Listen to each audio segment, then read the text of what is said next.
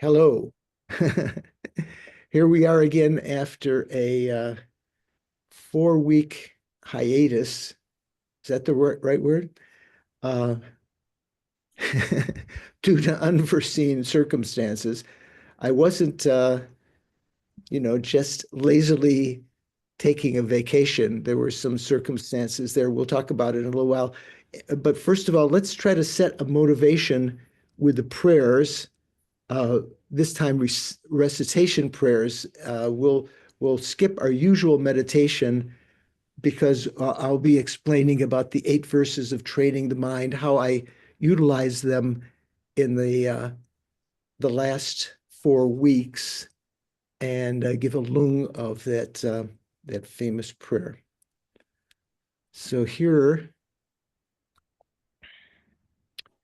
Sangye Churang Soki Chognam La Changchu Bardu Dagni Kyapsuchi Dagi Chunyen Gipe Sognam Ki Drola Penchir Sangye Drupa Sho. I go for refuge until I am enlightened to the Buddha, the Dharma, and the Supreme Assembly through the collections I create through listening to the Dharma. May I become a Buddha in order to benefit migrating beings. Sangye Chodang Soki Chognam La Jangchu Bardu Dagni Kyapsu Chi Dagi Chunyen Gipe Sognam Ki Dola Penchir Sangye Dupa Sho. So think, through listening to the Dharma, that's what we're going to be doing ostensibly, also contemplating and meditating when possible, due to the collections of merit and wisdom that I create through that. May this period be a cause of my achieving enlightenment for the sake of all wandering beings, all sentient beings. And then requesting our gurus to inspire us and the speaker, myself, to let down reins of the vast and profound Dharma. The vast meaning the method side, the profound meaning the wisdom side. O holy and perfect pure Lama, from the clouds of compassion that form in the skies of your Dharmakaya wisdom, please release a rain of vast and profound Dharma. Please send it down precisely in accordance with the needs of those to be subdued or to be trained. Idam Guru Ratna Mandalakam Niryatayami. Okay, thank you. So we were planning to have a class about 4 weeks ago on a Saturday, but the Thursday night before that, a hurricane called, what is this here? A hurricane called Helene showed up here. And there was vast damage to so many people, but my little area here in North Carolina was hit especially hard, and even ended up being on 60 Minutes, the CBS news program. I don't know, have all of you seen the link to that program? Hi, Suvash. How are you doing? Did you see that video, or at least see the link to it? No, did someone send that out? Okay, I think Doris will. I think she sent it out an email and to people, but she'll put it up here in the chat anyway. If you'd like to see that at your leisure, don't watch it now. We're going to talk about class, but that is about a mile from my house, my little cabin. If I look out my other window, I can't quite see the store because it's turned, but I can see that area when the foliage is less green and everything. Um, So at nine, I think about 9:30 at night, or maybe it was 6:30 at night, the electricity went off on that Thursday night. I was getting ready to give a class on Friday. I was going to be preparing for a class on Saturday. And so I got out my lanterns and finished my prayers, my battery powered lanterns, and went to bed. Uh, it was raining cats and dogs. You know that expression, right? Okay, that's also Europeans know that expression. And but my house is very insulated. I have a double roof above the roof that was already here. Um, I had installed another roof, so it was very impervious to the sound of the rain coming. I could hear it, but not so much. Double pane windows all around. I went to bed and slept like a baby. I think I took an ibuprofen and acetaminophen before going to bed. That usually is enough to relieve any of my shoulder pains and back pains. I slept. I woke up the next morning, yawned, thinking, oh, this was a nothing burger. It was nothing. I went out. Of course, the electricity was still off. It didn't come on until about 3.5 weeks later. So I had no running water, um, no internet. And so I went out. There were a couple of trees that had fallen in my driveway, I discovered when I started to go out to investigate. I couldn't get past them. They weren't removed for a couple of days until the local fire department uh, emergency guys came by. And they one evening about 6 o'clock, someone came by. I could hear him calling outside, "Is anyone there?" Because he saw my car outside my cabin. And I came out and said, "Yes, yes." Well, and he said, "Oh, we didn't know it. We didn't think anyone was up here." He was about to leave. And he said, "Well, by the way, would you like us to cut the trees that are blocking your driveway if you have a car?" And I said, I didn't say hell yeah, but I said yeah. And so they did that, and I uh, I traveled down to the fire department. Up till then, I think it was about 3 days. I'd just been eating crackers and cheese and some things that were didn't need refrigeration. They led me to the fire department on a very circuitous route. We had to avoid fallen wires and the road where it had collapsed, which is only now being repaired 4 weeks later. Um, they had said, "Come on over to the fire department. We have more goods, food and rations and things than we have space for. And you take everything you want. We'll fill up your car." So I was able to get some army rations or rations, I guess. Um, what are they called? MREs or MRE. MREs. What does that stand for?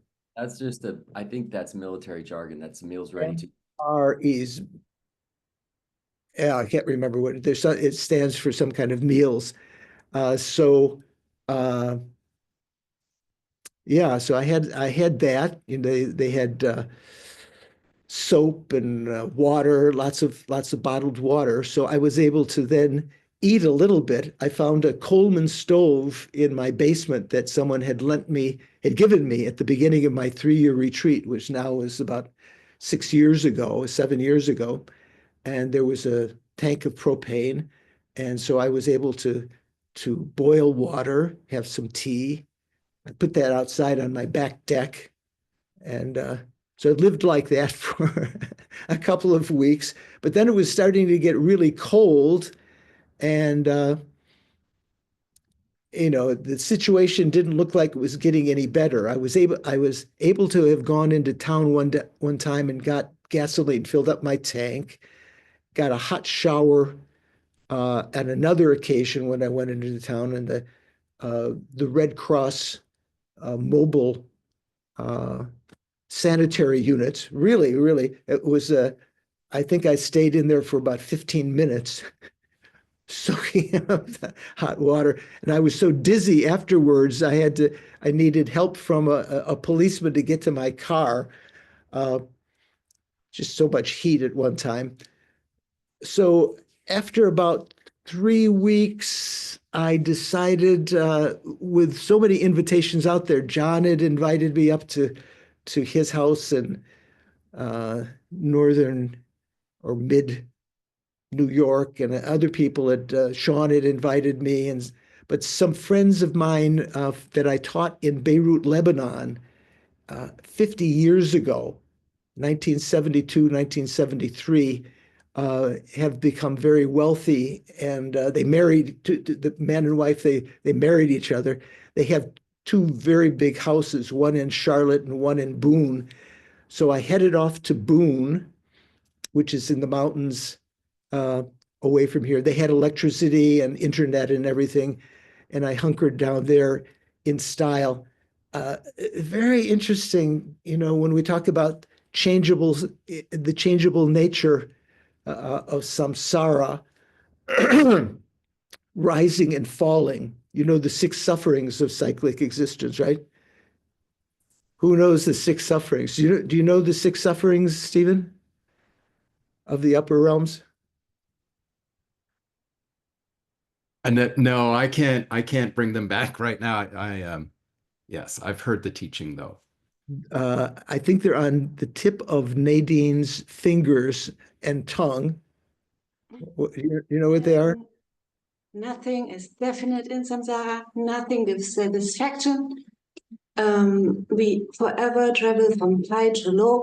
We have to give up the body again and again. We have to take up a new body again and again, and we have no friends. Yeah, something like that. This cyclic existence is uncertain, uh, and and so forth. So one of the sufferings is that one rises and falls. So from having been in this really uncomfortable situation in my cabin, I end up in the mansion in Boone with wealthy people having delicious food and everything.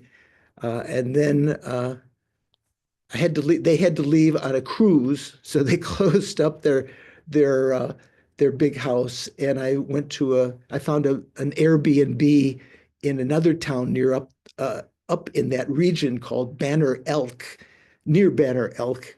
Very nice, and so then from there, I was monitoring whether the electricity was back on at my cabin because I wanted to return for that. When I got confirmation both from the electric company's outage map, which Doris had kindly been monitoring for me, she messaged me, what was it, about 12 midnight one night saying, "Oh, it looks like you now have electricity." And it wasn't till two days later that I was able to confirm that with a neighbor who, in his very being a man of few words, he just said, "It's on." When I asked him how it was, that's all he said, "It's on." And I came back expecting, and again, circuitous route coming back. Still, the roads are broken up here. Um, I expected not to have internet, but somehow the internet provider had actually put up new fiber optic cables on the lines that had fallen, and I actually had, uh, as you can see now, internet. So, uh, yeah, there were so many different things that happened. I tried to keep in mind the Dharma, and as a basis for my utilization of seeing things in the Dharma, it was mainly the mind training, the 7-point training of the mind, but particularly the essence of that as exemplified in the 8 verses of training the mind, or the 8 verses of mind transformation, as different people translate it differently. So I thought I would give a lung of um, that famous text this morning, oral transmission in Tibetan. Venerable George, Doris Yes. shared the text with me, so I can screen share it if you like. Right. Well, there are several translations. She didn't share the Tibetan with you though, right? I'm going to give the Lung of the Tibetan, and then we will talk about the verses individually, because there's not a standard yet translation that everyone agrees on. As you'll see, there's slight variations in the verses. So it does have the Tibetan. It's the FPMT version that okay, okay. So I'm going to give that first of all, and yeah, and if you'd like to put up that Snehi, great. Okay, so this is the Lojong Sigema. Lojong Sigema means the you see up there in Tibetan letters. Lo means mind, Jong means trading, Sik means sometimes words or verses, and Gema means eight. Gema means the sort of like when you're it's used as a name. So the 8 verses of training the mind by Langri Tangba Dorji Sengba. Okay, so let me. I forgot to bring my other glasses. Okay, maybe I can read from yours up there. Dagni Semchen Tamchela Yishin Norbu Lelakpe Donchok Drupe Sampayi Taktu Chepa Zimbalab. Or as the the actual, this is where it ends with Zimparlap. That's Lama Zopa's translation. Various lamas have said to put lab at the end, but the root verses generally end with the word shok, which means may it be. So as I'm giving the oral transmission, try to keep your mind clear. Imagine receiving the lung of this, which I received first from Lama Zopa Rinpoche and from other lamas over the years. I'll repeat that first verse. Dagni semchen tamche la, yishin norbu lelakpe, doncho drupe sampayi, taktu chepa zimpa shok. So I've added shok there at the end. Gangdu sudang drokpa se, drokpe se, dakni kunle mentashing, shenle sampa takpayi, choktu chepa simpa shok. Chulam kundu rangula, tokcheng nyonmong kematak, dakshen marung jepe na, sentap dongne, dokpa shok. That's the third verse. Wish I could, I don't have my other glasses here. Let me see if I can read it here. I can read it in Tibetan a little more clearly. Rangshin Nenpe Semchen Nam Dikdu Drukbo Drukbo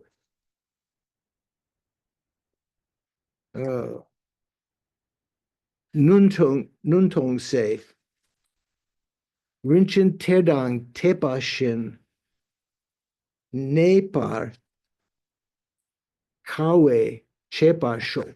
Okay, I better read that up there. And the first one, the fifth one. Dakla Shengi Traktoki Shekur Lasok Mirikpe Gyonka Rangi Lempadang Gelka Shenla Buasho Gangla Dakni Dagi Pentaktu Rewa Chewa Kangshiki Shintu Mirik Noje Nang Shenyan Dampa Tawasho Dorna Ngodang Gyupai Pende Manam Kunlabu Mai Nodang Dugnel kun, Sangwa Dakla Lempa Sho. Deda Kunkyang Chuge Ki, Tokpe Dima Mapakshing, Chukun Gyuma Shepe Lo, Shenmei Chingwa Ledro Shok. Okay. So that's the oral transmission of that. So there are various translations of this famous verse. So you can think, if you wish, if you have any sort of semblance of faith in me in providing that oral transmission, you can think you've received that, and that the karma of reciting those verses, you might want to do it in an English translation, which you yourself, you can choose among the various translations which seems most suitable to you, or you can even take verses from one translation and another verse from another translation, whatever seems to work best for you. It's something that I found very useful during this time. So let me go through some of these verses. I'm going to be using the 8 verses for training the mind as prepared by Lama Sopa Rinpoche as one source.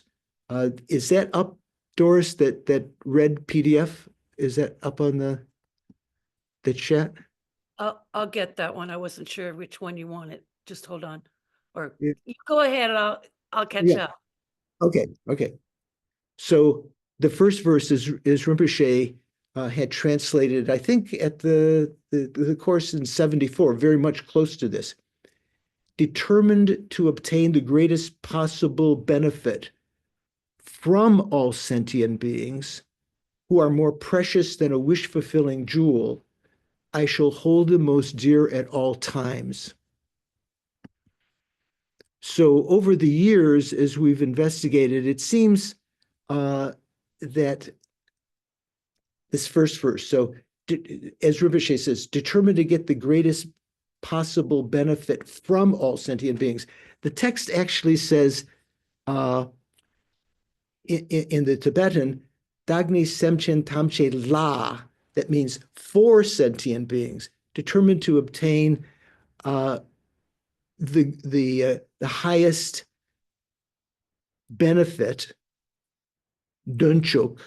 The word possible is sort of added, maybe for, poetic reasons or whatever. Determined to obtain the greatest benefit for all sentient beings who excel. Rinpoche takes the lakpa as more precious than, who excel the wish-fulfilling jewel. So what is that talking about? Do you know what the wish-fulfilling jewel is? Do you know, Anna, what the wish-fulfilling jewel is? And what is that? Bodhicitta? You could say that, no, but there is a type of jewel that the Chakravartin emperors obtain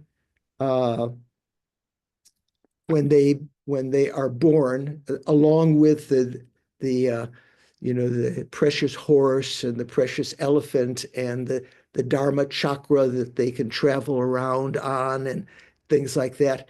The wish-fulfilling jewel is something that if you clean it, if you happen to have the karma to obtain it, whether you're a Chakravartin king or in some other way have the karma to obtain it, if you clean it, you revere it, you put it on the top of a very high place, like a pole where you would have different kinds of banners and so forth, Dharma banners, and you were to make offerings to it, it would provide you with all sorts, just almost anything you would wish for in this life. So if you need, food, if you need crops, if you need a marriage partner, if you need animals or whatever, your wishes for those things would be fulfilled. So this is a little bit like what, Aladdin's lamp in the West or something. I think we've talked about this before. So how are sentient beings superior? How did they excel the wish-fulfilling gem? Well, by doing a similar kind of thing to the as you do to the wish-fulfilling gem. When you cherish it, you clean it, you put it in a high place and respect it. If you put other sentient beings in your mind higher than yourself, and you cherish them, you can achieve a goal even greater than can be attained with a wish-fulfilling gem. You might think, oh, a wish-fulfilling gem, I could become a billionaire. Maybe now I'm not sure. There's probably someone while some of you are alive who will become a trillionaire. At one point, millionaires were enough. But the wish-fulfilling gem can't protect you from future suffering in the lower realms. It can't propel you into a human rebirth in the future. It can't bring liberation or enlightenment. But by cherishing sentient beings who excel the wish-fulfilling gem, by cherishing them, you can achieve happiness in future lives. You can achieve human rebirth. You can you can cut off the continuity of rebirths in the lower realms. You can achieve liberation and enlightenment through cherishing sentient beings, thereby achieving bodhicitta by cherishing them. And in conjunction with realizing emptiness, you can achieve enlightenment. So that's kind of the sense of this. Determined to obtain, so I'll just change the word slightly here. Determined to obtain the greatest benefit for all sentient beings who excel even the wish-fulfilling jewel. I shall hold them most dear at all times, or you could say, I will always cherish them greatly. And the greatly here, where it says chepa zimba, where it says taktu chepa, no, it just says, I will cherish them at all times. Or another way of saying cherish is to hold dear. Chezin, rang chenzin gilo, maybe some of you remember, is the self-cherishing thought. Chezin. So if chezin means to hold dear, rather than holding ourself dear, holding ourself as precious and important, holding sentient beings as important. So this verse is relevant all the time during this this little 4-week journey.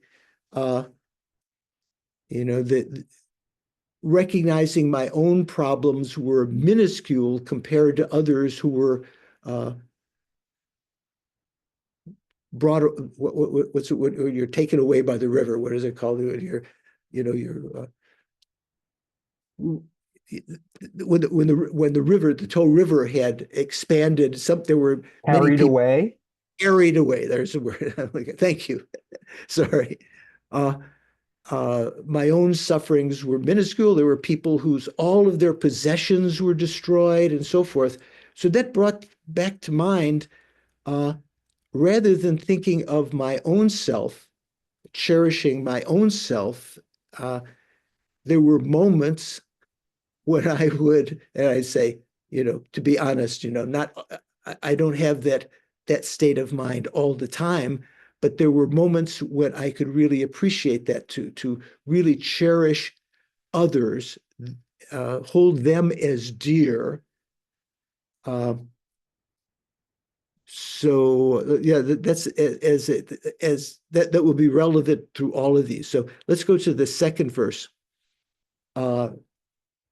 when in the company of others, this is Rinpoche's translation, I shall always consider myself the lowest of all, and from the depths of my heart, or you could say sincerely, hold others dear and supreme.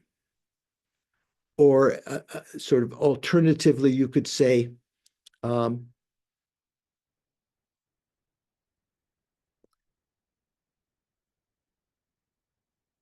so in the Tibetan, it says Kangdu Sudang Drokbe Se. So that means when you could say when helping others, Drokpa can mean help, or it can mean just in a more general sense here, when in the company of others. So I think that's relevant both ways.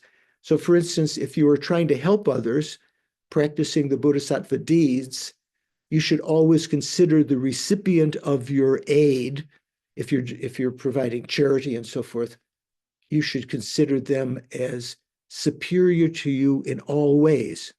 In the commentaries to the Langri Tampa's 8 verses that was composed by Geshe Chekawa, which is more or less reliable. There are some places where maybe he misinterpreted what Langri Tampa was saying also, but he talks about that you should consider others to be superior to you in social standing and intelligence, in beauty, in wealth, considering yourself to be the lowest in all these ways. So when in the company of others or when helping others, the Drokpa can mean both things. I will always consider myself to be the lowest of all. I like to put the order of these two things separately. I'd like to say, I will consider others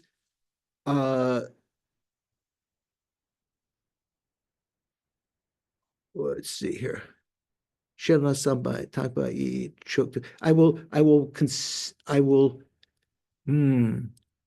will cherish others as supreme in all ways and consider myself to be the lowest of all. So that's very relevant also when you're, in everyday life, when you're interacting with people. If you know, people notice if you are respectful to them, if you're on the telephone, arguing with Amazon or, over your electric bill or something like that, if you yourself project this sense of respect, holding yourself as low, oftentimes you get better results than if you were to arrogantly, consider yourself to be superior to the person that you're talking to and so forth. So just it's a very realistic, worldly kind of sense. So this is also something that was very useful also, because I recite these verses every day. Usually the first of the prayers that I do are the 8 verses of training the mind in my own translation of them. So whenever I associate with others, I will consider them to be, I will hold them to be higher than me in all ways, considering myself to be the lowest of all. So I will consider them to be dear and supreme, is Rinpoche's thing here. Choktu chepa zimpa shok. So one can take that to mean I will cherish them as being supreme. So the first verse said, I will cherish them. The second one says, I will cherish them as supreme. So here it's talking about the fact that, say, for instance, when you're exchanging yourself and others, one of the essential practices that Shantideva talks about in the concentration chapter of the Bodhisattva Charyavatara, it's in that chapter that he's actually talking about the practice of exchanging, equalizing and exchanging oneself and others. One tries to see oneself, if you encounter someone who's fallen into bad circumstances, who's begging on the street and so forth, to put yourself in their shoes and to look at your own self from their point of view, thinking, you think you're so special, you're better than I, and so forth. But it's just a matter of well, they wouldn't necessarily be thinking of karma and so forth, but it's your lack of compassion for me is a result of your arrogance and so forth, and this will bring you into problems in the future. So what one tries to do in equalizing and exchanging self with others is to always put yourself in the lowest position, to always consider others as having qualities that you do not have, and so forth. Okay, so let's go on to the third one. This, I think, Doris told me this is her favorite verse. Maybe, yeah, essential verse. So as Rinpoche said, vigilant the moment a delusion appears in my mind, endangering myself and others, I shall confront and avert it without delay. Or as in the FPMT translation, in all actions, I examine my mental continuum, or I shall, and the minute a delusion arises, since it endangers myself and others, I shall forcefully confront and avert it. So what's this talking about? Our essential, the first two verses we're talking about the first verse is talking about in general to consider sentient beings as being very, very precious, to hold them as precious, to cherish them, because we want to achieve the highest benefit for them. We want to achieve enlightenment for them. Second verse talking about to hold them as supreme, to cherish them not only in general, but as supreme to us, as superior to us. So this third verse is now talking about what you have to be observant of all the time in order to achieve those goals, and that is what's taking place in your mental continuum, not what's taking place in your eyes or ears, nose, tongue, tactile consciousnesses, but how your mind is relating to the world. Generally, as we do in our morning meditations, when we try to set motivation in other classes, we try to observe the mind, see what state of mind we're in. Sometimes we might be a little bit irritated.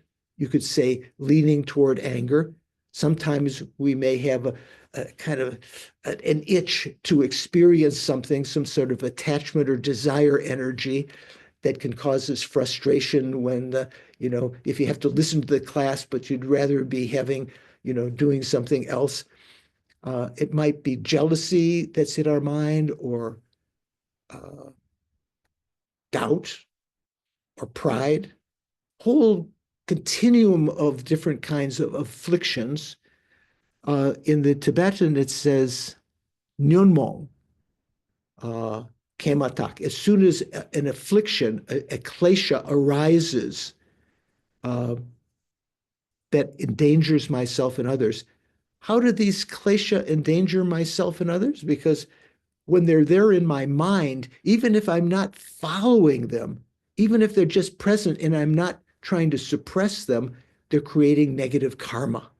And if I follow them and they color my behavior, how I'm acting, whatever I'm doing, like say, for instance, if I'm giving something to someone, if the thought arises in my mind, not just nyunmong, but also the self-cherishing thought arises, what can I hope this person realizes I'm giving them something, and that in the future they will, consider giving me something back, something in some way, that they owe me something.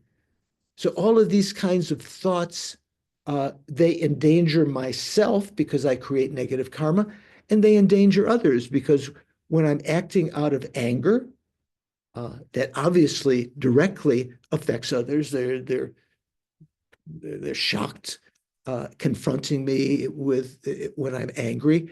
I may actually strike out and beat them or hurt them or say harsh words toward them. So in these kinds of afflictions, these klesha that we see in our mind, what did we say? Endanger myself and others. But you can extend that to not just the klesha, but the self-cherishing thought. Is self-cherishing thought, Mikhail, is self-cherishing thought a klesha? I think, yeah, not sure. Yeah, I think so. Yeah. John, what do you think? Self-cherishing thought, is that a klesha? Wait, how many klesha are there? It's a leading question, clearly. Dangzin, I would think self-cherishing is also, I would also, without thinking about it much, I'd say yes, but maybe it's the expression of other roots. So Dagzin is not self-cherishing. Oh, Dagzin is self-grasping. oh, And that is, according to Tamaka, that is the root, that is the root of samsara. That is the primary klesha, Dagzin. But this is Rangchenzen Gilo, self-cherishing. What do you think, Paul? Is self-cherishing a klesha? Rangchenzen Gilo. Is it a klesha? No, I don't think so, is it? An attachment to oneself, just a form of attachment, oneself. Right, but I mean a klesha. I'm just trying to think like technically the definition of a klesha. It's kind of a cause, isn't it, Mikhail, of Rangchenzen? Sorry? Rangchenzen Gilo. I saw Suvansh kind of Yeah, smile. Venerable George. Yeah, I mean, if something arises in your mind, right, and you don't act on it, how does it become how does it become a karmic event? How does it become? I mean, you can call it whatever you want to call it, but you didn't act on it. Oh, okay. You're going back to an earlier point when I said even if these things are in your mind, even if you don't act on them, they create negative karma. Yeah, they don't create the same kind of throwing karma. When you act, if you act on them, they have an ability to create a kind of karma that is more potent, that can actually throw you into another existence. But simply in your mind, while those thoughts are there, if you don't confront them, that is, confront them means like kind of like confront and avert is these two terms here. So sort of like the guards to the king's inner sanctum, let's say. Okay, he's got two guards on either side. They've got spears. As soon as someone comes up, they're going to confront them. Who are you? What are you doing here? They keep them from proceeding. And then avert means once you recognize that they shouldn't be here at all, you put your spear out and you start to force them away. So that corresponds to first recognizing what is happening in your mind as inappropriate, the thoughts that are going through it. Let's say if it's anger or attachment or whatever, that's confronting them to see this is inappropriate, but then to go on and to apply the antidote. That means to avert them. How do you avert the afflictions? You have to apply the antidotes. If you don't apply the antidotes, if those afflictions are present in your mind, they are still creating some subtle negative karma. You are kind of like comfortable with them. If you don't confront them, you don't recognize them. The point of this is being vigilant of your mind stream so that you recognize what's happening in your mind if those afflictions are there, the klesha and say rangchen zingilo, the self-cherishing thought, and others, if they are there, you recognize them as inappropriate, so you confront them. You don't let them run rampant. You kind of either try to suppress them or recognize that they're inappropriate. It's just like a person recognizes, oh, I shouldn't be doing this, right? Recognizing that something is inappropriate. And then not only that, applying the antidote to those afflictions. I will confront and avert them without delay. So in terms of Ranchen Zingi Lo, or self-cherishing thought, is not an affliction. It's amongst the obstructions to omniscience, right? It is not completely eliminated until the eighth bhumi. So we had talked about that at various times in our Gompa Rapsal class. So here, vigilant of the way I often think of it is vigilant of my mind stream throughout all actions. So that means whatever you're doing, whether you're driving your car, whether you're interacting with someone in the hardware store or whatever, or if you're just sitting comfortably and you're daydreaming and you start to daydream, erotic thoughts or angry thoughts or thoughts of retribution or whatever, vigilant of my mind stream throughout all actions, whenever afflictions arise, endangering myself and others, I shall confront and avert them without delay. Okay? That's how I translate that one. So, always getting. Venerable George, can I just clarify that, Yeah. this thing about self-cherishing? So, did you say then that self-cherishing is not a klesha? It is an obstacle to achieving, it's an obstruction to achieving the omniscient mind. It's not an affliction. It is subdued on the first 7 bhumis. It's being more, as you're developing more and more cherishing of others. The antidote of that at first is the cherishing of others over yourself, right? That's an antidote to the self-cherishing thought at first, as in the Lojong. But the actual antidote to eliminate it doesn't take place until the 8th bhumi, when you have eliminated all of the other afflictions. So generally, it's not considered an affliction, the self-cherishing thought. Thank you. Yeah.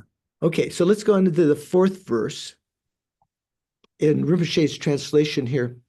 Whenever Could I just ask one question? Is it eliminated then by emptiness at the 8th level? well, you've realized at the 8th bhumi?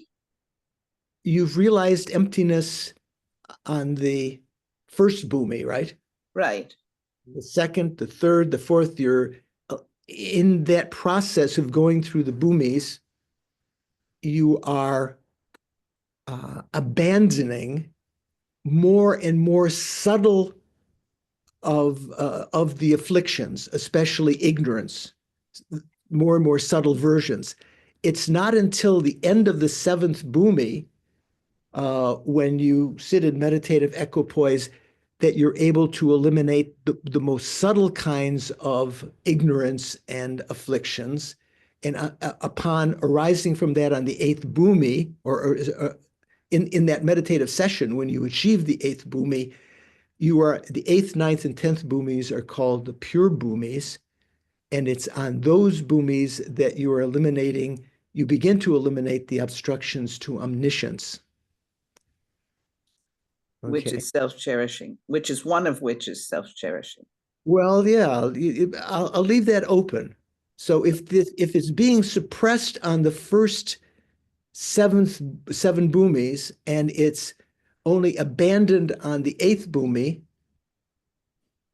I'll leave you to you investigate that. Is it an obstruction to omniscience, or is it an affliction? Anyway, thank you. Let me go on here. So the fourth verse. whenever I see beings who are wicked in nature and overwhelmed by violent and negative actions and suffering, I shall hold such rare ones dear as if I had found a precious treasure. Okay.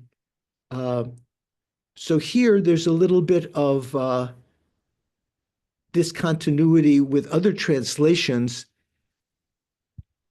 Generally, it seems to be talking about not just the way Rinpoche phrases it, when I see beings who are wicked in nature, and those beings who are wicked in nature are overwhelmed by violent and negative actions and suffering, I shall hold such rare ones dear. That sounds like a very limited situation. You got bad people who are themselves experiencing suffering and creating negative actions. That's a very, very particular kind of situation.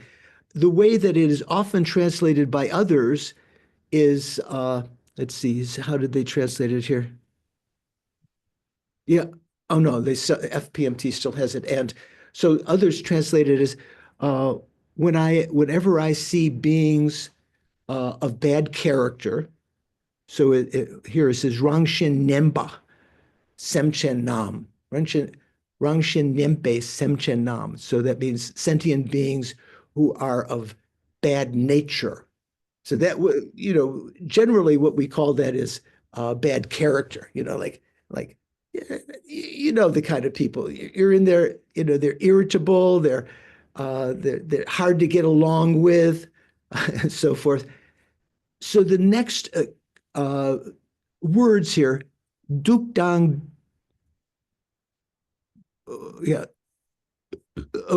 dig duk, drakbo,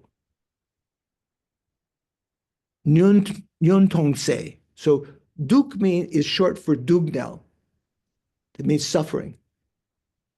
No, sorry, dik is short for dikpa, means negativities, like what do we say in Sanskrit? Papa, right? For dikpa. What's the Sanskrit for dikpa? Papa, yes. The papa, not papa. Papa. So this is always a little bit interesting for me. Is that something we can call sin, or is that negativity? Negativity is too many syllables for me. I'd like to have a short word. Sin almost seems better. So that means when you create negative karma, that is dikpa. Okay. Sometimes in some of the phrases is dikpa migewe chu, like the 10 non-virtuous dikpa, almost like redundant. So anyway, that's again something to investigate what those two words mean, dikpa and migewa. Migewa means non-virtuous. Generally, dikpa is non-virtuous. So sentient beings who are the verb that's sort of commanding that is numba. That means is that they are controlled by or obsessed by negativity. That's how I like to think of it. Whenever I encounter sentient beings, whenever I see sentient beings of bad character, or those who are obsessed by negativity or oppressed by suffering. Duk here, by strong suffering. Duk is short for dugnal. So dik duk is in Tibetan. One would have to know this. Is short for dikpa dang dugnal. So sentient beings who are under the influence of negativity, or who are suffering greatly. So that to me, that's talking about three different categories of individuals. That broadens the meaning of this verse. So whenever I encounter beings, or whenever I see beings who are see beings of bad character, those who are obsessed with negativity. So I like to put obsessed. I remember some of the movies of the people with obsessions, it's sort of it just continues on and on and on when you have that very strong kind of state of mind. Or those who are under the influence of strong suffering, those who are miserable, those kinds of individuals themselves sometimes are very difficult to feel compassion for, to relate with. People with bad character, you just don't want to, it like to just avoid them. Let's go sit somewhere else. You're in the movie theater. Someone is of bad character is there, talking to themselves over the dialogue, throwing their popcorn around or something. You want to move your seats. Those people who are obsessed with negativity, who are evil, who are obsessed with evil, those are people that are very difficult to feel compassion for also. The Hitlers, the Stalins, and so forth, and maybe even some contemporary politicians seem to be obsessed with evil. And those who are oppressed, seized by great suffering, those are people that sometimes we would like to ignore. Ordinary people in the world, when you go down the street, if you see someone who is suffering, they're different people. Some people will go to their aid. Other people would like to avoid them, walk around them, because it's it's not comfortable to see people who are oppressed in that way. So whenever I see beings of bad character, those who are obsessed with violent, negative actions, or those who are oppressed by strong suffering, I shall hold such rare ones dear as if I had found a precious treasure. Rinchen Terdang Takpashin, like having found a rare treasure. So why is that rare? Because it gives us the opportunity to practice patience, compassion, other virtuous minds that are difficult to practice in other times. For instance, if you don't have people of bad character to be patient with, if you can't be patient with them, that's a perfect opportunity to hone your bodhisattva weapon of patience when encountering beings of bad character. Also to hone your compassion for those who are creating strong negative actions, because they themselves have been your mother numberless times in the past. It's only a matter of time that you don't recognize them as your mother. And those who are suffering, who you might otherwise, ordinary beings might otherwise, like to avoid, that gives you the opportunity of recognizing the cause of their suffering was their own negative karma, to feel compassion for them, and to aim to work for their benefit by myself achieving enlightenment. Make sense? Following? I'm sure you've all, if not all of you, most of you have received commentary on the 8 verses in the past, but this is just how I was motivated during these last 4 weeks. Then the 5th verse, when out of Rinpoche's translation, when out of envy others mistreat me with abuse, insults, or the like, I shall accept defeat and give the victory to others. So this is the verse that Geshe Chekawa was particularly, concerned about. Remember the story? Who did Geshe Chekawa go to see Langri who had written these 8 verses, had already passed away. Who did Geshe Chekowa go to see to try to clarify the doubt? Do you remember?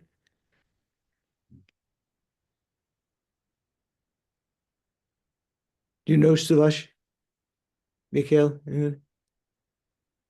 Anyway, he went to see, and I can't remember exactly whose name, who was a disciple of Geshe Langri Tamba. And that Geshe, who's maybe one of you will think of his name or have his name in a minute.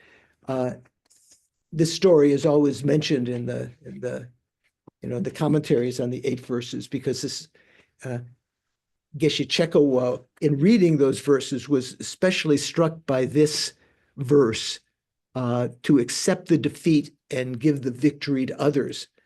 And he asked this other Geshe, who had been a disciple of Langri Tamba, Geshe Langri Tamba, who had already passed away, is this right? Do we have to do this? We have to accept the defeat? And Langri Tamba, and this Geshe said, unless you accept the defeat, there is no way of you achieving enlightenment. There's no way of you of developing bodhicitta and so forth. So what this is talking about is, so here it says, Dagla Shengi Taktok Du. So Taktok usually means jealousy. Taktok Gi. So Shekur Lasok Mi Rikpe. Gyongkel Rangi Lempadang Gelkat Shenla Buashok. So when others abuse me and insult me and so forth, this is reminiscent of the verses in Lama Chopa, where it's talking about the perfection of patience. If all of the beings of the 3 realms were to get angry with me, first of all, if they were to be angry with me, if they were to insult me, threaten me, or even expose my faults in public and even kill me, may I be patient with them. May I not retaliate, but pay them back with kindness. May I, instead of retaliating, may I to their harm, instead of doing the same back to them, may I actually work for their benefit. There's a story that I've told you many times of Geshe Rapton when he was at Sarah, and because of his excellence in the classes, other people would become jealous. Maybe this is a little bit relevant here when it's talking about envy or jealousy. And they would talk about him, they put him down in the courtyard and so forth behind his back. And so he would, when he found out about this, he would invite them to his humble place and make them meet momos, offer them this for their kindness. What kindness? Because they gave them the opportunity of practicing patience and developing especially patience and so forth. So this verse is a little bit reminiscent of that and some others also. When out of envy, others mistreat me with abuse, insults, and the like, I shall accept defeat and offer the victory to others. So that's very, very important. I remember another story I may have told you before, when Serkon Sensha Rinpoche, previous incarnation, the Sensha, same continuum that we've had the fortune to hear at Shantideva Center in the last year or so, when Sensha Rinpoche was in his previous life, when we were traveling together on the plane to India from Nepal, and I was carrying for Mommy Max, the Black American nun who had a business that helped to support Kopan. I was carrying brocade from Nepal to India for Mommy Max because it was much more expensive in India, and she was hoping that if I came in by plane, I could ferret it by the customs people. So they wanted to charge a lot. And Serkon Rinpoche, and I was kind of like, no, but trying to find some reason to avoid this. And Serkon Rinpoche said, no, just accept the defeat. In the future, if you argue with these people in the future, they won't be predisposed to help you, not just in the immediate future of this lifetime, but in future lives. So humbly to accept the defeat, offer the victory to others. So that can take place on your phone conversations with with a mechanic at the when your car is being repaired or whatever, and they tell you it's going to be more than you expected, and so forth. Okay, when out of envy, others mistreat. So here it says. Where is it again? Yeah, yes. Here it just mentions envy, but one can understand by extension when others get angry with you, not just because out of envy, they want to put you down or something. Whenever others mistreat you with abuse and insult out of kleshas or the like, I shall accept defeat and offer the victory to others. Okay. So then the next verse, the 6th verse, Rinpoche's translation, when someone whom I have benefited and in whom I have great hopes gives me terrible harm, I shall regard that person as my holy guru. So again, the Tibetan can be read in a more general way. This is talking about a very specific situation.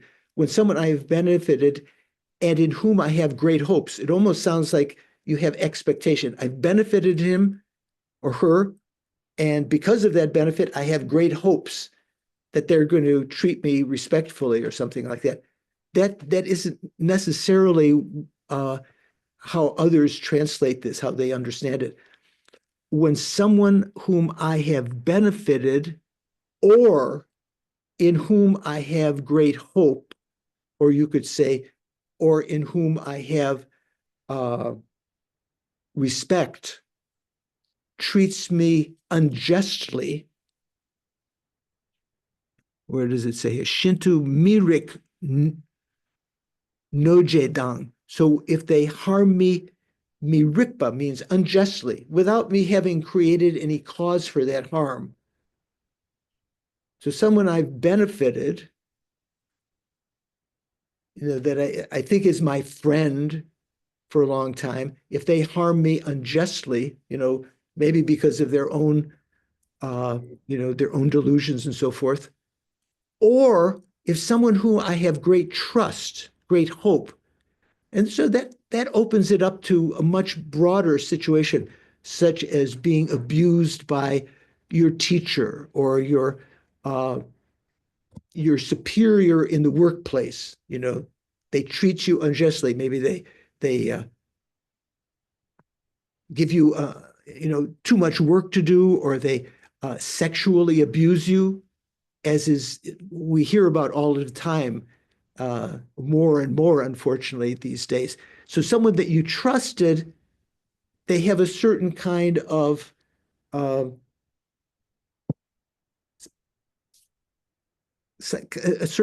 position in which you are almost forced to trust them, to have hope that they will treat you respectfully.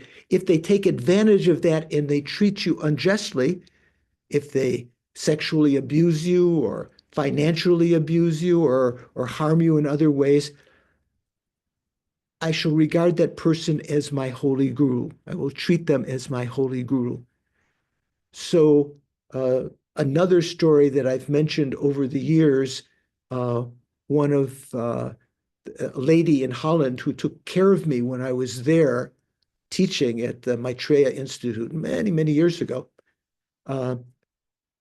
She was in Dharamsala one time. She was taking the back route from McLeodganj down to the library. Those of you who know that area, you know, there's some ways you can go through the forest downhill, you almost have to run, and you can get there very quickly. But in doing so, you run a risk because there are some bad people, some, you know, thieves and other kinds of people there that will prey on you because it's very isolated. So she was, I think her name was Brita. She was going down this way. She was first, her purse was stolen by some of these people, and then they tried to rape her. She only was able to get away because she was quite a strong girl. She went back to the library. The next day, she went to see Kebje Trijang Rinpoche, who was the junior tutor of the Dalai Lama, who was my abbot for my Getzel ordination. Very, very famous Lama, Trijang Rinpoche. She went to ask him and said, should I go to the police? What should I do? And Rinpoche said, no, don't even talk about going to the police. You should actually pray that they never have to experience the negative karma of that event, of stealing and trying to assault you physically and so forth. You should pray that may they encounter holy gurus who help them to purify that negative karma and so forth. So she said she was absolutely blown away by that. So this kind of seeing them, these individuals that harm you in various ways unjustly, that you might have trust in or that you've benefited somehow in the past, that gives you an opportunity to see them as your holy guru also. Okay? So then the seventh verse, and this is the usual translation of this verse. There are other translations of this verse. There are other Tibetan versions of this verse that vary a little bit in wording, but here it says, in short, Dorna, both directly and indirectly, do I offer every happiness and benefit to all my mothers, and I shall secretly take upon myself all their harmful actions and suffering.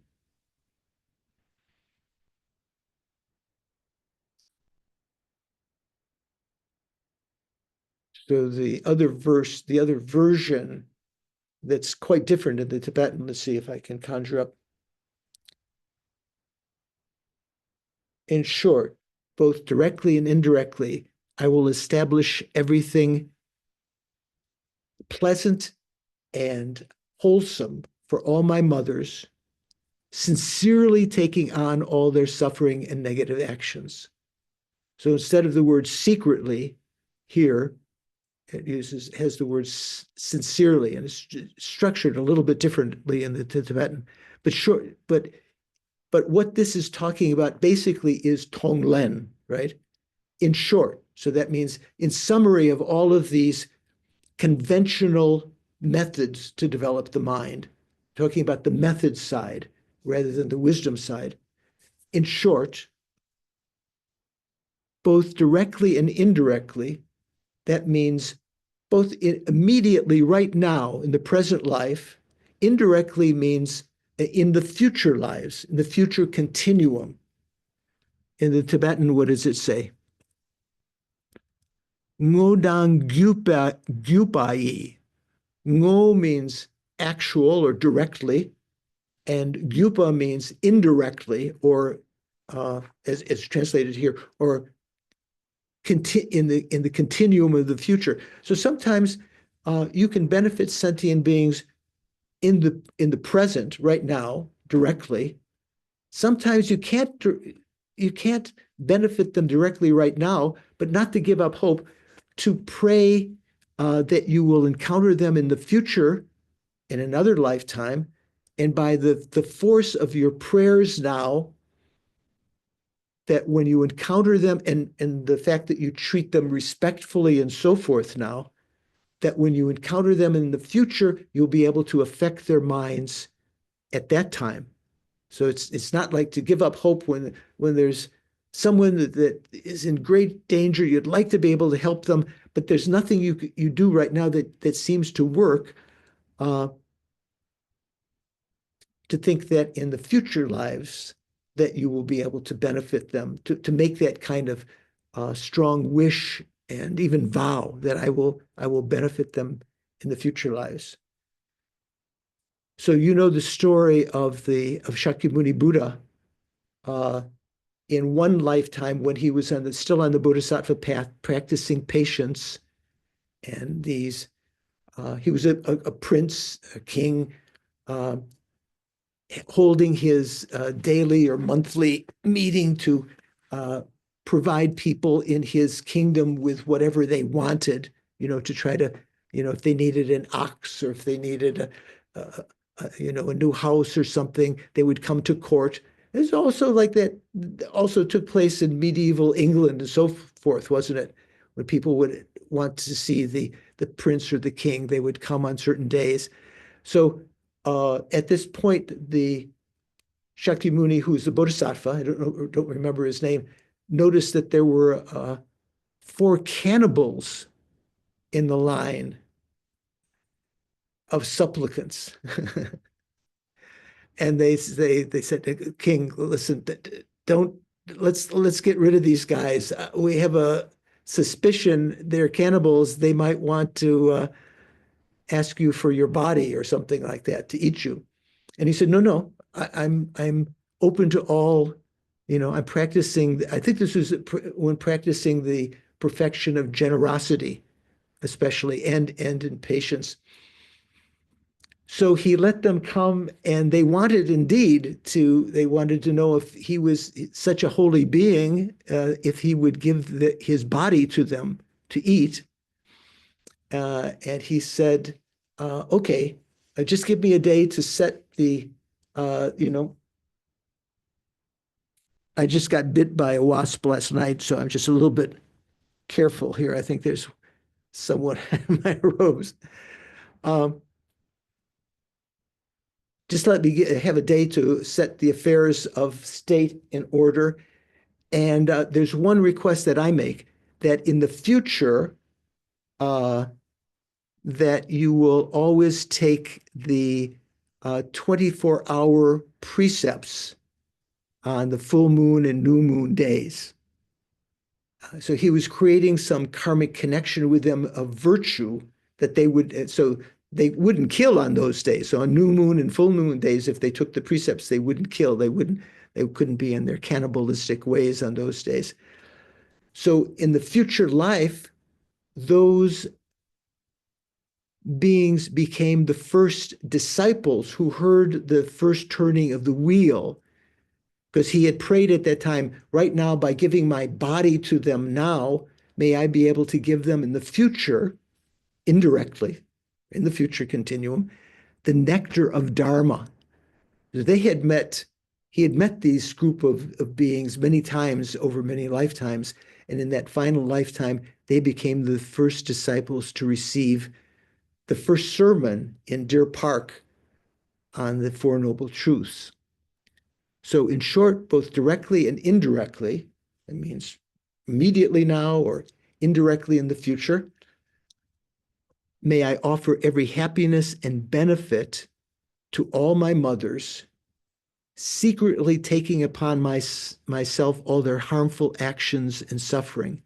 So secretly here means not ostensibly taking on that suffering, but even in meditation, in doing Tonglen, imagining taking on all of their sufferings as an esoteric practice, as we do in the Tonglen practice.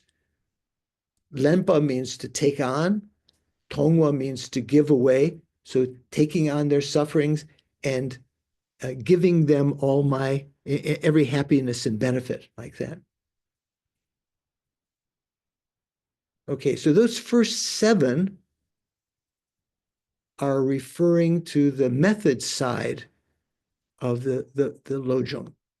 So here in the 8th verse, there's a slightly different version, interpretation than Rinpoche has here. I'll read Rinpoche's translation here first. Undefiled by stains of the superstitions of the 8 worldly concerns, the 8 worldly dharmas, right? Undefiled by stains of the superstitions, that's his translation of Tokpa, means conceptions. May I, by perceiving all phenomena as illusory, be released from the bondage of attachment. Do any of you recite these 8 verses every day? Is there anyone? Couple, okay. So Suvansh, how do you take the first 2 lines of that? In another. Venerable George, I have a translation from Alan Wallace, and his translation says, "May all this remain undefiled by the stains of the 8 mundane concerns." And so, I mean, the 8 mundane concerns are ways in which you can corrupt your practice, and therefore don't stain it. Don't use it for wrong. Don't use your practice for wrong purposes. Right. So that if the underlying motivation of any of your actions, the virtuous actions you've tried to do in the first 7, are stained by the fact that you have within your mind what Rinpoche likes to call the evil thought of the 8 worldly dharmas, or here he says the superstitions of the 8 worldly concerns, that will turn those virtuous actions into, at best, mixed dharma, like striped dharma, like you've created something virtuous, but it's associated with a negative motivation. Or at worst, it could become totally negative. That's one of the general meanings of those first 2 lines.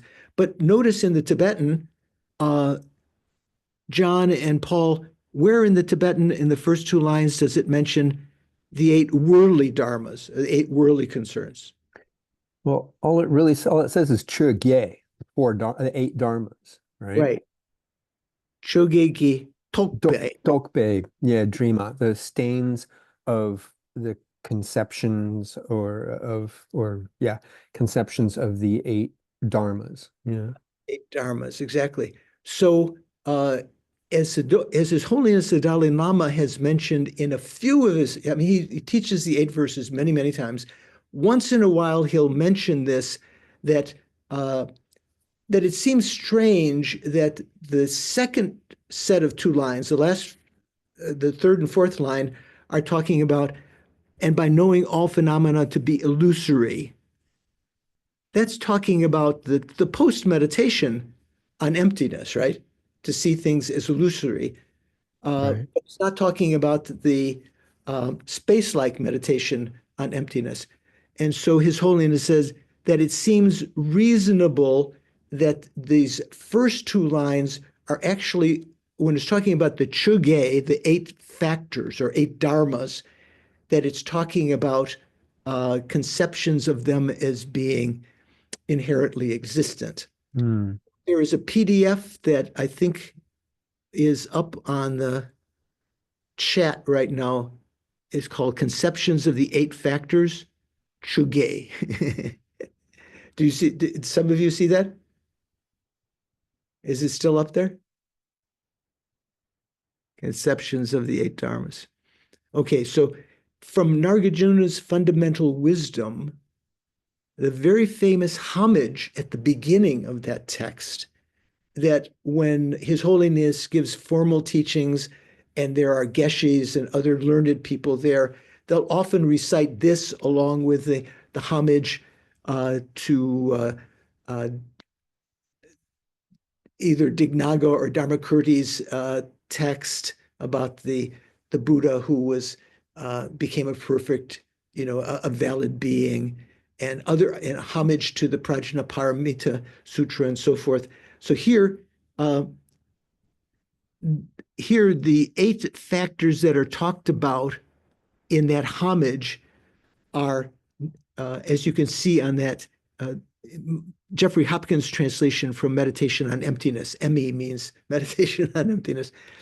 I bow down to the perfect Buddha, the best of propounders, who taught that which dependently arises has no cessation, no production, no annihilation, no permanence, no coming, no going, no difference, no sameness, and is free from elaborations of inherent existence and duality, and is at peace.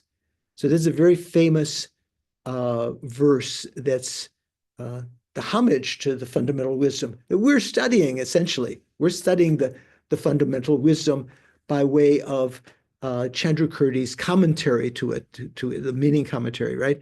So there below, they're talked about, these are sometimes mentioned to be the 8 factors that are mentioned here, not being stained by conceptions of the 8 factors, because chu or dharma, as I've mentioned many times, has many meanings. Sometimes it can mean that which upholds its own nature, so that it's sort of like the meaning of phenomena, chu, or sometimes it can mean, when we talk about worldly dharmas, the jikten chu, or jikten chuge, that which the world thinks upholds them from suffering, having wealth and notoriety and possession, power, and so forth. So chu can also mean factors, the number of things that you're talking about. So you can talk about the 8 factors, no cessation, no production, and so forth. Yet in another text, the author of whom will remain unstated here, the 8 steps to happiness, Paul was able to get me the copy of this. The second line, it says, the second line in the 8th verse, together with a mind undefiled by stains of conceptions of the 8 extremes. So our translation here, the 8 verses, doesn't say the 8 extremes. It says the 8 factors, or the 8 dharmas, right? But maybe in some of Langri Tampa's other works, he talked about the 8 extremes. And these extremes, and so he says that together with a mind undefiled by conceptions of the 8 extremes, or the 8 dharmas, refers to the wisdom of meditative equipoise that directly realizes emptiness. Until we realize emptiness directly, all our minds are mistaken awarenesses, right? Until we realize emptiness directly, all of our minds are mistaken awarenesses, because what appears to our mind will appear to be inherently existent, whereas they are not. So that constitutes a mistaken mind. It refers to the wisdom of meditative equipoise that directly realizes emptiness. Until we realize emptiness directly, all our minds are mistaken awarenesses, because due to the imprints of self-grasping or true grasping, ignorance, their objects appear as inherently existent. They appear to be inherently existent. Langri Tangpa calls these imprints, quote, stains of conceptions of the 8 extremes. The 8 extremes refer to the extremes of 8 phenomena. And you see there, the list is somewhat similar to the 8 factors at the beginning of in the homage of the fundamental wisdom. So His Holiness has said,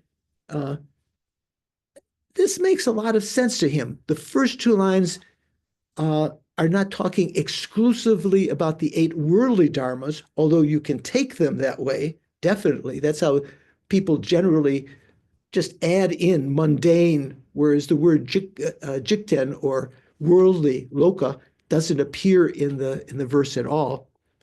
You can take it that way on the relative level, but on the ultimate level, the first two lines are talking about the mind not being defiled, not being, I like to translate it as not being compromised by conceptions of these 8 factors, that phenomena have inherently existent cessation, inherently existent production, inherently existent annihilation, so forth, of those 8 factors from the preface, the homage of fundamental wisdom.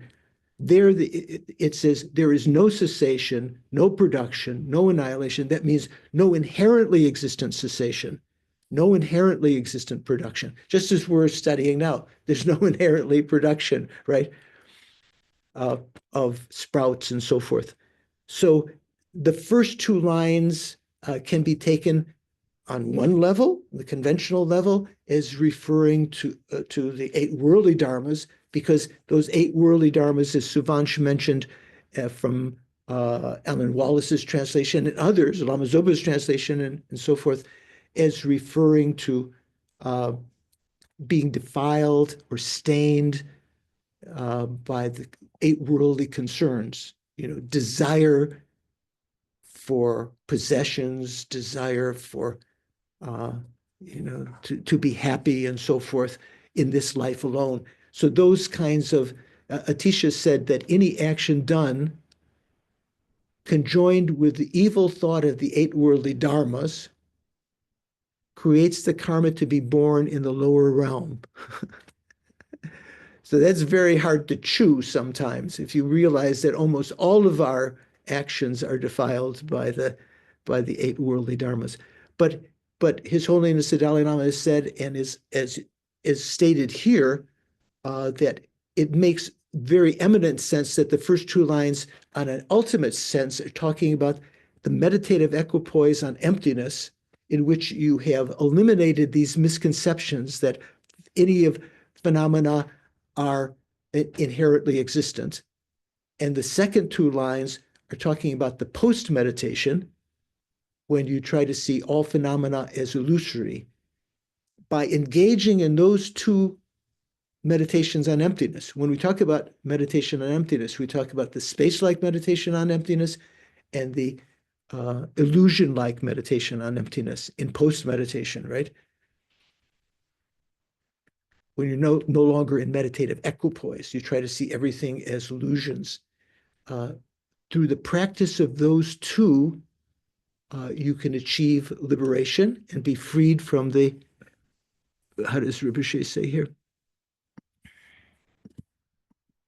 Be released from the bondage of attachment. So these 8 verses I found very, very useful in the last 4 weeks. So many chaotic events taking place, having to realize, to take the opportunity to understand that what was being experienced was the result of karma, both collective karma. So I experienced the collective karma of all of this. But as you know, sometimes, the famous example of an airplane that crashes and everyone on the plane is killed except for 1 or 2 people. And the explanation of that from a Buddhist point of view is that they had all created some karma collectively in the past to experience some suffering like this, some tragedy like the plane crashing. But those people who were survived had not completed the action in the past that created this. Say, for instance, I think you all have heard the stories from the sutras, individuals who had, I think they had stolen and slaughtered a cow for their own benefit, a group of people.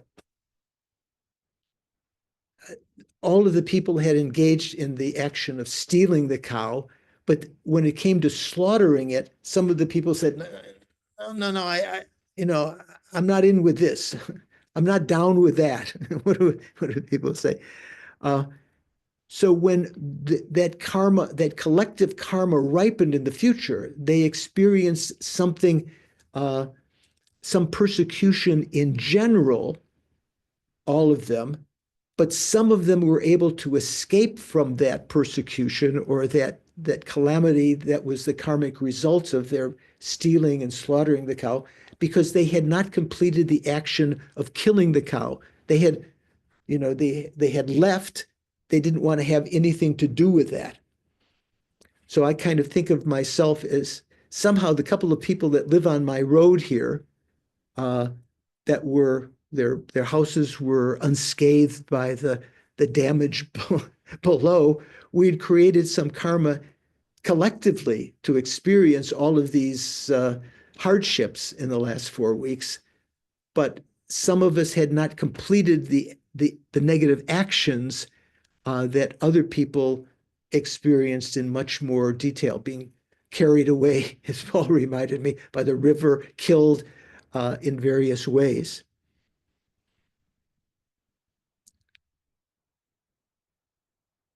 So I wonder if any of you have any thoughts or questions. Looks like Amy is. Well, Venerable, I was going to say, you mentioned that you have your own translation of the 8 verses. Would that be something you'd be willing to share with us? Yeah, I'll write it up. This just generally, I've mentioned how I've mentioned in talking about this, it's not always as Rinpoche has taken a very strict thing here. Like for instance, in the last verse, he adds the word the 8 worldly concerns, as though it were jikten chuge. So, and in other ones, where was it here? When someone I have benefited, verse 6, when someone I have benefited and in whom I have great hopes. So I take that along with other translators, as talking about 2 different things, not just one person. It seems very limited as if someone you have benefited, of course, you're going to have some expectation. As a worldly person, you're going to have some expectation of them returning the favor, so to speak. But I see that as being 2 things. Someone who you've benefited, so you have expectations, or in whom you have great trust.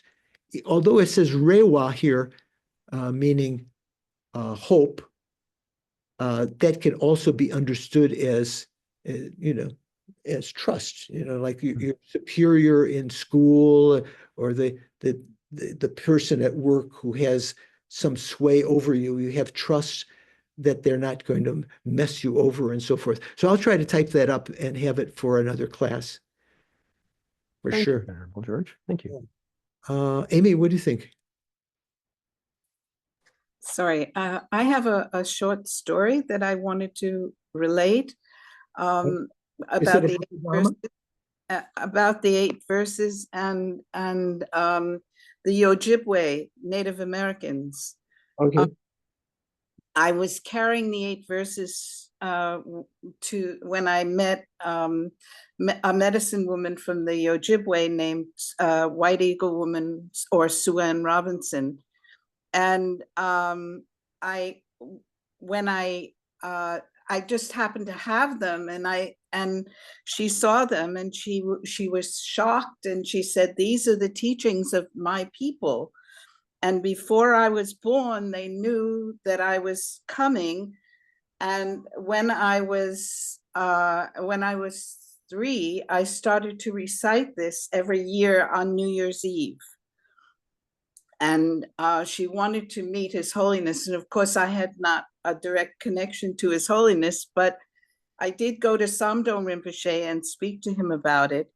And he wanted to meet with her, but unfortunately, she was on dialysis shortly after that and died of liver cancer. But very shortly after that, I was in Madison at Geshe Sopa's retreat, and met there a Ojibwe woman whose uncle and father were elders in the Ojibwe tribe. And she told the story. The Ojibwe are, I'm not sure I know who the Ojibwe are. Is it South American or? No. They're Native Americans. They're in Upper Michigan and Wisconsin and in Canada. Okay. And she represented at the Year of the Indigenous People at the UN. She was representing the people from the North. Okay. She was one of 4 representatives. Anyway, when I mentioned it to the person in Wisconsin whose father was an elder and an uncle was an elder, I think her father also, she showed it to them and asked them, and they said that they confirmed it as well. So yeah, I think that you could say universally, these kinds of thoughts are held by other real practitioners of various religious traditions. They may not have the same order, they may have slightly different interpretations, but something similar. Yeah, nice. Thanks for sharing that. Anyone else have a thought about these? Have any of you received the transmission of the eight verses of training the mind in the past? Oh, just a few of you. Okay, so from His Holiness. Venerable George, this is it's fun because this was a pamphlet from 1989. Probably some of you were there. This was in Washington, D.C., where he gave a transmission and teaching on Lojong Tsikyema. And it has inside, anyway, it's so cool. But thank you for the teaching. Yeah, so those of you who understand Tibetan can take a look at the Tibetan text, or in the FPMT translation, the transliteration of the text, and be aware that there are traditions, Gelugpa Lamas. I think this was Jankya Chudin. Was that who it was, Paul, that we had mentioned had? Yeah, I think so. I think that's his name, right? So that he was the second Jangya, not Jangya Ropé Dorje, but the one before him. The one before him or the one after him? I think it was the one before him. I think Jangya Ropé Dorje was the third Jangya. I think when we were looking at it was the second Jangya. Like the Pension Lamas, yeah, the name was given. So yeah, Jangya Ropé Dorje was a great Tibetan Lama. I think even Pabonka Rinpoche, when I received the lung of the oral transmission of the liberation in the palm of your hand from him, I was very, very fortunate. I was at Sarah teaching Lama Osel. I went over to Sarah May, where Pabonka Rinpoche's reincarnation was, and asked if I could have it, if he would give the lung of that. It's a very long text, right? And he agreed. In fact, the only other person who was present was his attendant. So he went through the whole text. I think it was a couple of days. And in his anteroom, one of the rooms of the previous incarnations of the Pabonkas, he was supposed to have been one of the Jangya Ropé Dorje incarnations also. So there's some kind of connection there. So Jangya Ropé Dorje is the Lama who wrote a very great text on tenets that the first speaker in the Sunday talks that some of you have been listening to was Don Lopez. I always get the name wrong. Don Lopez had translated at the request of His Holiness Jangpa Ropé Dorje's tenets text, and that's in the series that Thupten Jinpa has made available of these great translations that you can actually purchase. So that's the same lineage of Jangpa Ropé Dorje. So as Paul is pointing out, we think this the particular Lama who had written a commentary on the 8 verses and said explicitly that this 8th verse was to be interpreted that way, that the first 2 lines were meant to be the meditative, referring to the meditative equipoise on emptiness, being free of these 8 conceptions of these 8 phenomena as being inherently existent. And the second 2 lines as being the post-meditation. KT, or Katie. Hi, thanks for this teaching. It was really wonderful. And I just wanted to share that when His Holiness gave the 8 verses in Madison in 2015-ish, I think might have been his last tour of the US, but he had a version with Jimpa's translation. I just have a paper copy, but that there's a Jimpa translation out there as well that's very nice to look at. And then I had a quick question. Yeah. So with the verse 8, those first 2 lines of and then I've always kind of viewed it as the 8 worldly concerns until today when you went through the Nagarjuna's homage. So would we say that that we can view those first 2 lines of verse 8 as a kind of the space-like meditation on emptiness? Like we can interpret it like that, and then the following 2 lines as the post-meditation equipoise, as you mentioned. Right. So that's, but one has to recognize that the first 2, it's almost as though Langri Tamba, who composed the 8 verses, being very skillful, it could be interpreted just the first 2 lines as being the 8 world is none of these actions be defiled by stains of the 8 worldly dharmas.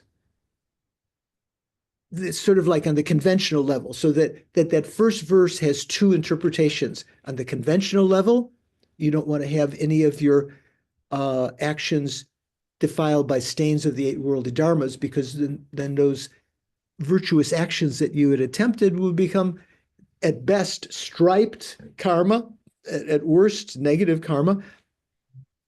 But on the ultimate level, you don't want to have them compromised. So in translating it this way, the word unstained, I take as not compromised by conceptions of these 8 factors, these 8 dharmas, such as in Nagarjuna's fundamental wisdom. So you can take it both ways, that it has 2 levels of meaning, both of which are applicable. Honorable George.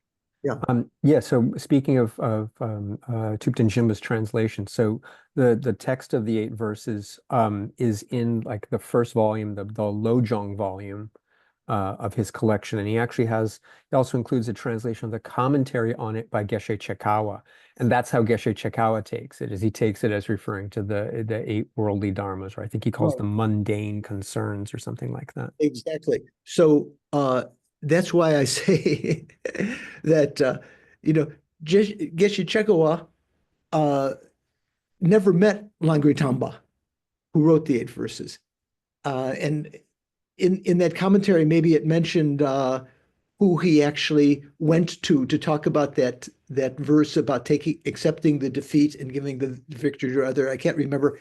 And some other great Kadapa Geshe. I looked. He doesn't mention it. Yeah.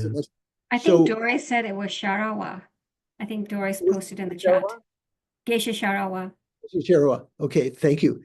So Geshe Sharawa had studied with Langri Tangpa, had been a disciple, and so he was a reliable person to ask about that verse. But Geshe Chekawa's, may have been unaware of this, the intent of Langri Tangpa, that the first 2 lines referred to the meditation on emptiness. In some of Langri Tangpa's other works, he's talking about this explicitly, not with respect to that verse, but in general talking about the Lojong. At this point, there are 2 things on the meditation on emptiness.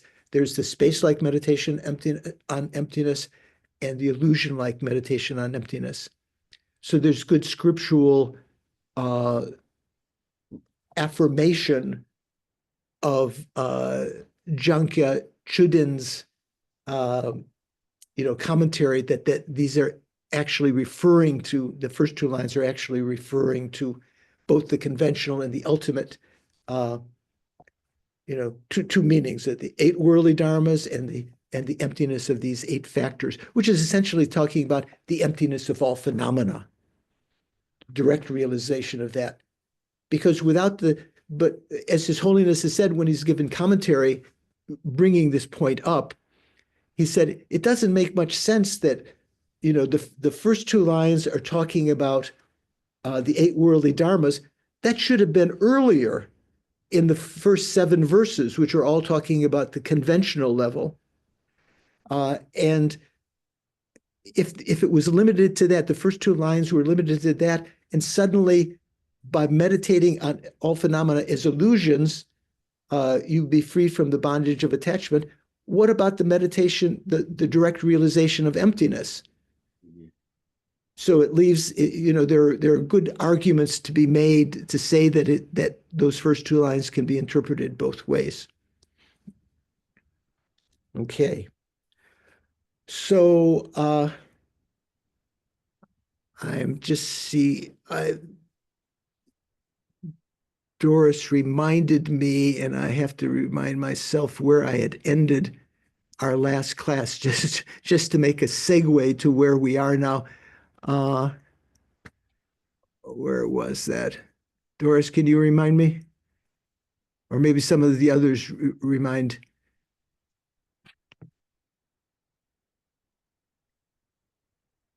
Where did we end our last class? On page 237, and we didn't start the paragraph where you have the note 433. Okay, it's just before. We stopped just before, yeah. Or 433. Okay, so that's helpful. Let me see here. 432. Venerable, I put the last sentence that you gave commentary in the chat. Okay. So we were essentially, there's a statement in the text here, in Jimpa's translation, the statement, quote, the true nature that is the mode of being of all phenomena never appears to those ridden with ignorance, also needs to be understood in terms of cognitions tainted by ignorance. For it is maintained that Aryas who have not yet fully abandoned ignorance. Are there Aryas that have not abandoned ignorance, Sean?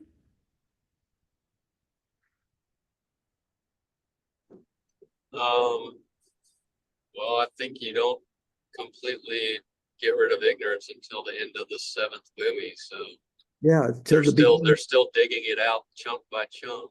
So there are some Aryas who are learners. So that would include both, all 10 bhumis. And there's some Aryas who are no more learners, who've graduated. That means Buddhas. And in terms of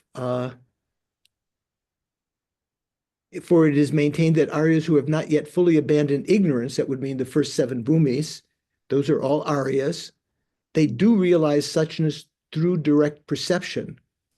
Now, although post-equipoise states of gnosis of Aryas on the learner stages, so this is relevant to what we were saying before, right? Post-meditation, that means the illusion-like meditation on emptiness.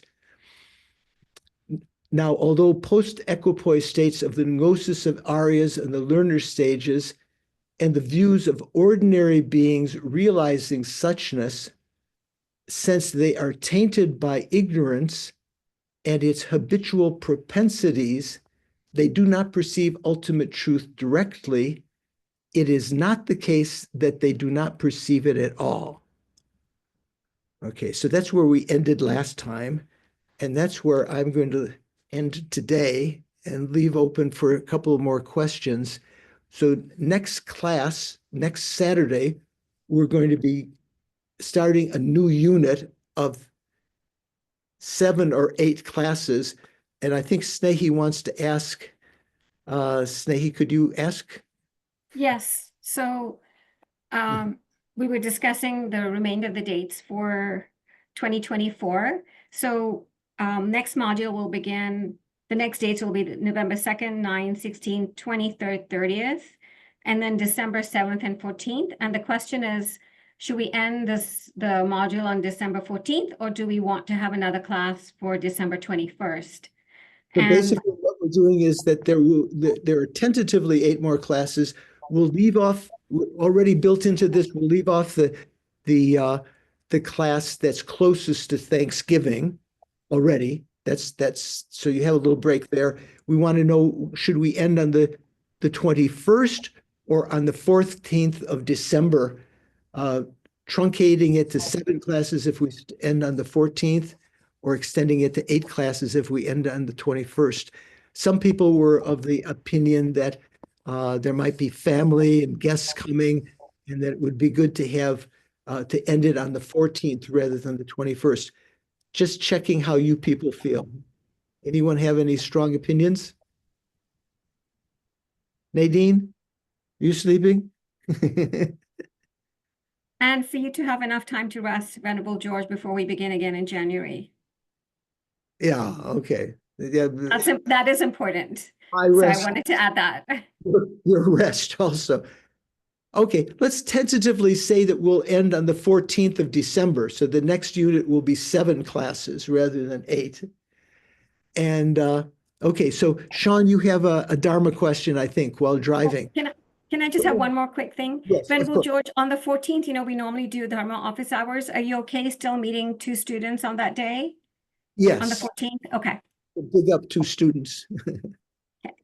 Thank you. Sorry, Sure. Sean, please go ahead. So I missed the first part of class because I forgot about the time change where I'm at. And so as far as what I did catch, so are you saying that the bodhisattvas, for example, if we were in your crane right now, we should just let Russia walk over us? Oh, no. No. Why do you have that impression? By Well, accepting because defeat and we giving were supposed to just accept defeat and this give is the talking victory about to the the. individual. This is talking about only ripening upon yourself. So, for instance, when in arguments and in confrontation with others, rather than always wanting to be the one who gets the last word. You must know someone like that, right? From Probably your me. always wants to have the last word, always wants to say it's this way to win somehow in their mind.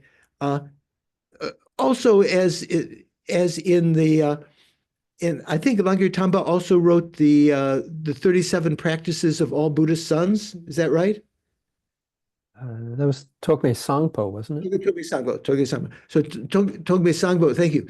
Togme Sangpo's 37 practices, there is a verse that when, and this is relevant to a couple of the verses of the 8 verses, when someone were to, in the front, how to say, in a collection of the group of people in the village, someone were to point out your faults, telling everyone all the things that, minor things that you've done and so forth. Sounds like the political arena. One should accept that graciously and say, well said, well said. I will, something like this. I will heed your observations and so forth. So to accept the defeat and give the victory to others is helping to overcome that state of mind, which is an obstacle to generating bodhicitta, the state of mind that wants to win all the time, to be the winner. So all of these verses could be understood as being opponents of particular obstacles to generating bodhicitta. Okay. And so what's the difference in that versus if I was in Ukraine just saying, well, we should just let Russia come in then, because No, no. otherwise a bunch of people are going to die. Yeah. So there's a little bit difference of accepting the defeat. Let's say when someone has pointed out your faults, probably exaggerating, maybe even making up faults and so forth, and accepting the defeat in that situation and offering the victory to others. Or as in the case when we came from Nepal to India with the brocade, Serkon Rinpoche said, accept the defeat. The custom guy wants to have this fine, just accept it and so forth. There's a big difference between that when the impact of accepting defeat is just on you, whereas when accepting to say that you have to accept the defeat by Russia having entered into Ukraine and is trying to take the territory and so forth, that doesn't affect just you. That affects many other sentient beings. It's a completely different situation. Okay. Thank you. Yeah. And Paul's cat, are you shaking hands with your cat there, Paul? She's come to get darshan from you, Venerable George. Oh, Doris, you have a last thought? Thank you, Venerable. Are we having discussion on Monday? I think we'll pass this coming Monday for discussion group, if it's okay with you. And because we haven't entered into the text again, which will begin next week. So the following weeks we will have discussion, unless someone has some objection to that. Snehi, what do you think? Oh, I just want to clarify because I think I misspoke. So for the remaining classes, it'll be 6 sessions on November 2nd, 9th, 16th, 23rd, December 7th, and 14th, because we're skipping the Thanksgiving weekend on the 30th, because Thanksgiving is on the 28th. Is that correct? I think there's. Are we keeping November 3rd? In my mind, I was counting today as part of that to make 7. Okay. Counting today, there would have been 7. Correct. Christmas. So the next unit will be 6, as you say. Yeah, I just wanted to clarify. Yeah. Okay. So thanks so much for being patient, listening to some of the situations that I experience and other people experience. If you get a chance to watch the 60-minute episode, I think Doris, you put that up in the chat, right? The link to that somewhere. Is that right, Doris? It's there somewhere. Okay. If you take a look in there before you leave, there's a link to the 60 minutes episode that centers on Green Mountain, my little village here, and the post office and the general store and the people that I know. And you can get an idea of the enormity of the rise of the river and so forth. So, Snehi, if you put up the dedication prayers.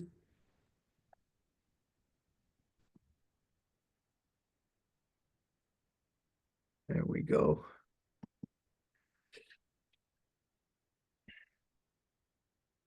Sorry, 1 second. Gewadi Nyurduda Lama Sangye Trugyurne Droa. Oh, just beyond that. You go down.